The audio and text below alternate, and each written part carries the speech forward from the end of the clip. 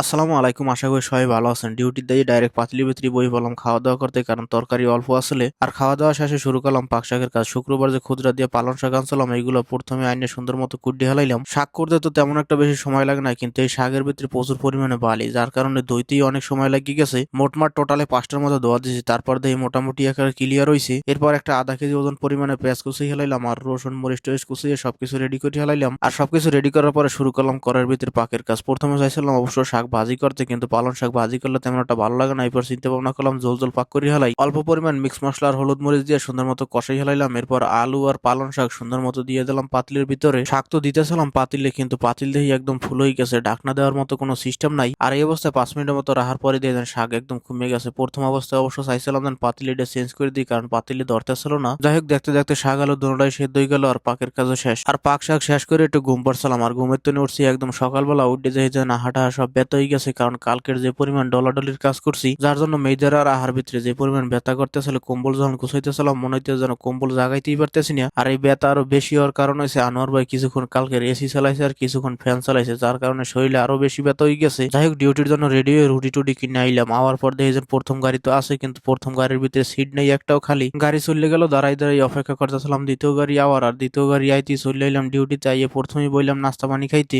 আজকের নাস্তা খাওয়ার জন্য পালং শাকই লইয়েছি, কারণ সকালবেলা উঠে যে পরিমাণ শরীর ব্যথা করতে আসলে এর ভিতরে আর মনে করতেছিল না যেন অন্য কিছু বানাই। আর নাস্তা খাওয়ার কাজ শেষ করে মসজিদে গিয়ে পাইপ লইলাম, কারণ সুইমিং পুলের ভিতরে আবার মোটর লাগাইতে হবে, নিচে পানি জমা হয়ে গেছে। আমার বাংলাদেশে দেখতাম নতুন পুষ্কনি কাটলে নিচের তনে পানি ওঠে, কিন্তু এই জায়গাতে এই সুইমিং পুলের ভিতরেও নিচের তনে পানি ওঠে। অবশ্যই এটা মাটির নিচের পানি না, সুইমিং পুলের যে ফিল্টার থাকে, ফিল্টারের ভিতরে যে পানিগুলো থাকে জমা হয়ে, এইগুলো আস্তে আস্তে আবার অল্প অল্প করে আইতে থাকে, যার জন্য অনেক পরিমাণ পানি জমা হয়ে গেছে। যাই হোক, পাইপ মোটর টটর ফিটিং করে দিয়ে সুন্দর মতো এবার চলে এলাম কারেন্টের লাইন নেওয়ার জন্য। আর কারেন্টের লাইনে নিয়ে মোটর ড্রাইভ দিলাম চালু করিয়ে। যাই হোক, পানি আস্তে আস্তে উঠতে থাক। আমার আবার এদিকে অন্য কাম আছে, কালকের যে ঘর সালাম এর ভিতরে আবার হালকা করে কাপড় মারতে হইবে। ওইদিকে অন্য লোকজন যারা আছে হেরা গসতে আছে, আর কালকের যেগুলো ঘষা আছে এইগুলোর ভিতরে কাপড় মারিয়ে আমিও বই পেলাম হ্যাগুলোকে ঘষতে। এই যে ঘষার কাজ দেখতেছি না, একদম আরামের কাজ, আস্তে আস্তে বইয়ে খালি আরামে ঘষতে থাকো, কিন্তু এইটা হচ্ছে সবচাইতে বেজাল্য কাজ আমার দ্বারা মনে হয়। এক তো এইগুলো ঘষার পরে আহার ডেনা ডোনা সব ব্যথা হয়ে যায়, আর দ্বিতীয়ত এইগুলোর দোল যেগুলো ওরে একদম নাহের ভিতরে চলে যায় ফুসফুসের ভিতরেই। আর এগুলো এমন একটা জিনিস পানির আবাস পাইলে শক্ত হয়ে যায়, এগুলো যদি নাহের ভিতরে ঢোকে আর ভিতরে যায় যদি ফুসফুস ফুসফুসের ভিতরে ঢোকে একদম শক্ত হয়ে যাওয়ার সম্ভাবনাই আছে। তবে এই কাজ আর বেশি দিন করা লাগবে না, আজকের একদিনই মন কায় শেষ হয়ে যাবে, কারণ চারিদিকে সবকিছু গুছগাছ করা শেষ। কালকের মন কায় অল্প একটু কাজ করলেই হয়ে যাবে। যাই হোক, আজকের ডিউটি শেষ করার আগে সব জায়গায় ঝাড়ু দিয়ে দুলাগুলো প্রথমে উঠেই হেলাইলাম, এরপর আবার লাস্টে আবার আগে আগে আবার মুভ মারি দিলাম উপর দিয়া। এদিকে আমার নিজের কামে শেষ করতে পারি না, অন্যদিকে আবার পেন্টার যারা আসলে হেরা আবার হ্যাগো কন্নি টন্নি দিয়ে গেছে, এগুলো একটু দুইয়ারে হাল গিয়ে। আর এগুলো হেরা এমন বাইরে রাখছে অলরেডি শক্ত হয়ে গেছে, তারপরে মোটামুটি আকারে ক্লিন করে রাখলাম। এরপর ডিউটি শেষ করে বাসায় গিয়ে বই পড়লাম খাওয়া দাওয়া করতে।